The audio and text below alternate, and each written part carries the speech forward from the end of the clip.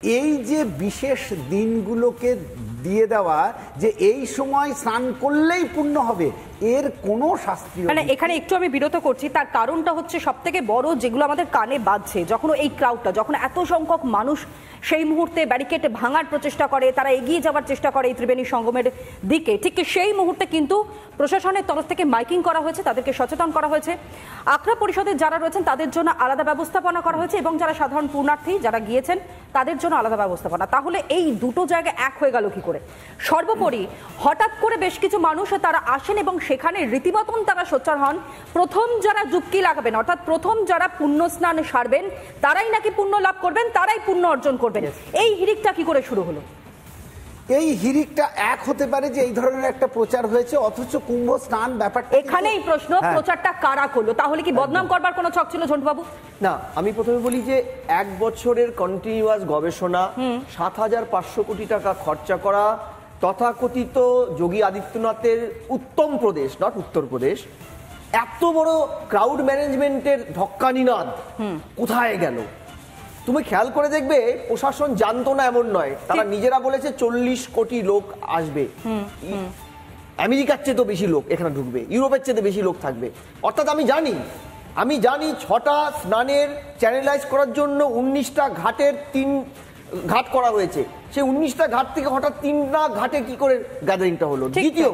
দ্বিতীয় কে সেই divisional commissioner বিজয় বিশ্বাস পন্থ, যিনি মাইক করে বলছেন রাতে 2টোর সময় লোকগুলোকে টেনে তুলছেন, ডুবকি লাগাও ডুবকি লাগাও। প্রশাসন জানতো না কেন? ভিআইপি কে চ্যানেলাইজ করতে গিয়ে ভিআইপি পিছু ফোর্স যুক্ত হয়ে গেল, কেন কোঅর্ডিনেশনটা ছিল না? এই যে কেনর প্রশ্নগুলো কিন্তু উত্তর দিতে হবে, কারণ এটা শুধু কিছু লোক মরেনি, এটা মুখ পুড়েছে ভারতের আন্তর্জাতিক স্তরে।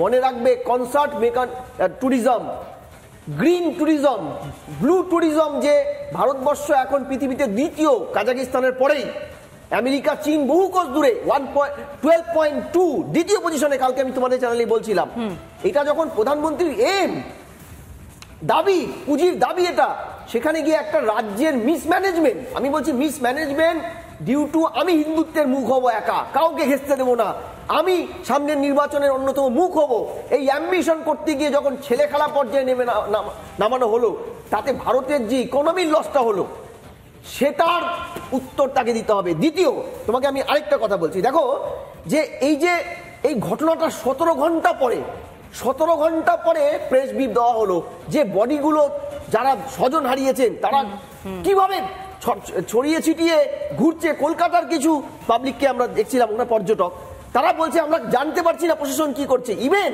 ভিডিও ডিলিট করতে বাধ্য করেছে সাংবাদিকদের। আমি বলছি এটা কেন? আমার তো 54 নেহরুর কথা মনে পড়ছে, যে 54 প্রধানমন্ত্রী তিনি নিজে 4 বার, আপনি অভিযোগ করছেন নিঃসন্দেহে, কারণ যেই প্রাণগুলো চলে গিয়েছে সেটা হয়তো কিন্তু প্রধানমন্ত্রী তিনি প্রতি মুহূর্তে নজর রেখেছেন, তিনি ফোন করেছেন, ফোন করে পরিস্থিতি জানার চেষ্টা করেছেন। টুইটের তথ্যের সাথে যোগী আদিত্যনাথের তথ্য মিলছে না, আশ্চর্য। দ্বিতীয়, এ তো সেই নেহরুর সময় 54 সেই ভয়ানক 500 জনের পদপিষ্ট হয়ে যাওয়ার ঘটনাটা রিপিট হলো, যেখানে গোবিন্দ বল্লভ পন্থ সেখানকার মুখ্যমন্ত্রী আমাদের পশ্চিমবঙ্গের একটি পত্রিকা তখন সবচেয়ে বড় কভারেজ করেছিল বলে তাকে এমন অশ্লীল ভাষায় গালাগালি করেছিল যে আমি তোমার এখানে কথা বলতে পারবো না। ওটা নিয়ে ব্যবস্থাপনা নিয়ে প্রশ্ন তুলছেন, প্রশ্নটা থাকছে এবং সেই প্রশ্ন আমরাও তুলছি যে এই দায় কে নেবে। কিন্তু সর্বোপরি আচমকা এরকম একটা ক্রাউড কি করে সেখানে চলে আসলো বলতে পারেন? হঠাৎ করে বেশ কিছু মানুষ তারা জমায়েত করলে এবং যেই জায়গাটা দিয়ে তাদের সঙ্গমে যাওয়ার কথা নয়, তারা সেই রাস্তা ধরে সেই সঙ্গমের দিকে এগিয়ে চলেছেন ধীরে ধীরে, এবং তাদেরকে বলা হচ্ছে যে প্রথম যারা স্নান করবেন, পুণ্য স্নান সারবেন, তারাই একমাত্র পুণ্য লাভের ভাগিদার হবেন, বাকিরা নয়। এটা কি করে হতে পারে? সেখানে বহু সংখ্যক রাত্রিবেলা মানুষ তারা বাস করছেন, নিজেদের জিনিসপত্র নিয়ে গিয়ে তারা সেখানে থাকছেন, পরবর্তী সময় পদপিষ্ট হওয়ার ঘটনা ঘটে। কিন্তু পদপিষ্ট হওয়ার ঘটনার আগের মুহূর্তে ব্যবস্থাপনা যে একেবারে খারাপ ছিল, প্রত্যক্ষদর্শীরা তারা বলছেন তা নয়। না, তোমাকে আমি বলছি যে ব্যবস্থা ঠিক ছিল, আমি বলছি কোঅর্ডিনেশনটা তুমি ভিআইপি সেক্টরে লাগিয়ে দিয়েছো, কোঅর্ডিনেশনটা সাধারণ মানুষের জন্য কোথায় ছিল? দ্বিতীয়, যে বিরোধীরা চিৎকার করছে আমি তাদের উদ্দেশ্যে বলছি, রাজ্যের মুখ্যমন্ত্রী বোধহয় খেয়াল থাকার কথা, মাত্র 15,000 পানিহাটির দই চিড়ে উৎসবে মাত্র 15,000 ভিড়ে 3 জন মারা গিয়েছিল। 1,20,00,000 মাত্র গঙ্গাসাগরে 6 জন মারা গিয়েছিল।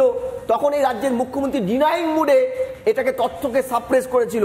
তিনি যদি জ্ঞান দেন, তিনি যদি যোগী আদিত্যনাথকে মার্কশিট দেন 40 কোটি এত বড় গ্যাদারিং, আমি বলবো এটা রাজনীতির নিম্নতম উদাহরণ হবে। সবথেকে বড় বিষয়, তিনি কি তার পাশে দাঁড়িয়েছিলেন?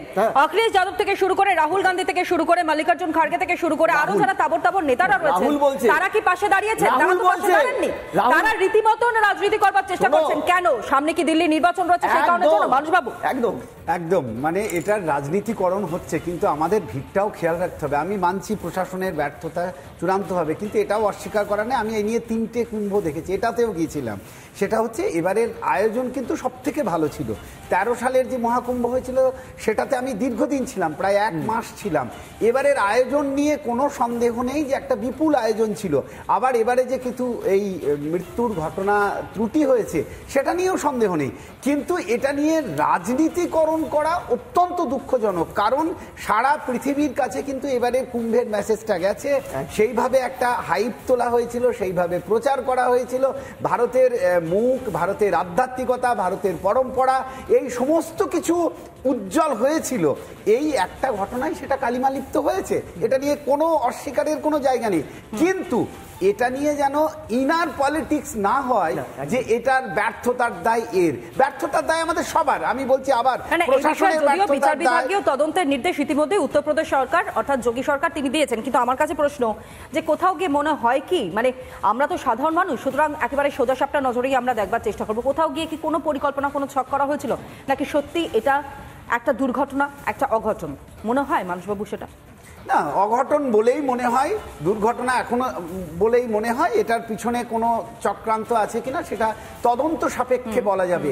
কিন্তু যারা এখনো স্নান করতে যাবে না, আমি আবার বলছি, বিশেষ কোনো দিনে স্নান করলে বিশেষ পুণ্য লাভ হয়, এটাকে যেভাবে রটিয়ে দেওয়া হয়েছে সেই রকম কোনো কিছু হিন্দু শাস্ত্রে নেই।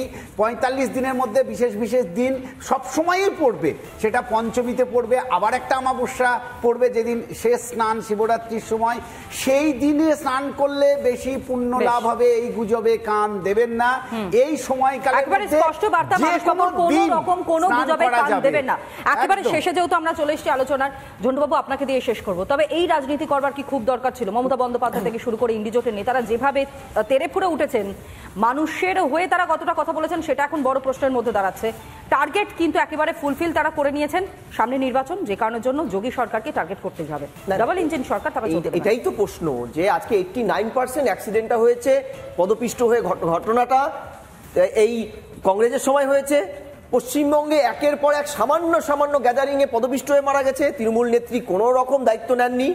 এটা রাজনীতি করছে এবং এই মানুষগুলোকে ভীত, সন্ত্রস্ত এবং বিভ্রান্ত করছে। আমিও মানুষবাবুর কথা ধরেই বলছি, দয়া করে দেখুন, প্রশাসনের উপরে আমাদের আস্থা রাখতে হবে। দুর্ঘটনা না অন্তর্ঘাত সেটা প্রমাণ হবে, এটা প্রমাণ হবে। কারণ 10 দিন আগে এই মেলাটা শুরু হওয়ার ঠিক পরে 2-3 দিনের মাথায় এই ঘটনাটা 10 দিনের আগে আগুন লেগে গেছিল 19 নম্বর সেক্টরে, কিন্তু সেটা কিন্তু প্রশাসন কন্ট্রোল করেছে। ফলে বিভ্রান্ত হবেন না, বিরোধীরা রাজনীতি করবে, এটা আত্মঘাতী রাজনীতি তাদের।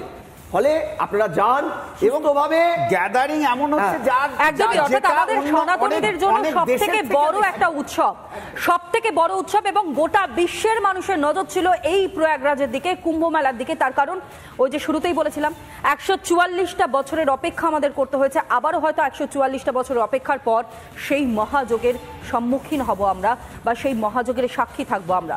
তখন হয়তো অনেকেই আমরা এই পৃথিবীতে থাকবো না, কিন্তু সব থেকে বড় বিষয় যে সেই সময় দাঁড়িয়ে ব্যবস্থাপনা কি থাকে, এবং তার থেকেও বিশেষ বিষয় যেটা রয়েছে, পূর্ববর্তী সময় যে ঘটনা ঘটেছে এবং তার থেকে শিক্ষা নিয়ে পরবর্তী সময় সরকারে যারা থাকে তারা কি ব্যবস্থা নেয়, সেই দিকেও হয়তো ভবিষ্যতে প্রজন্ম আমাদের নজর রাখবে। যদিও আজকের মতন অনুষ্ঠান আমাদের সেখানেই শেষ করতে হচ্ছে, ধন্যবাদ জানাবো আমরা প্রত্যেককে।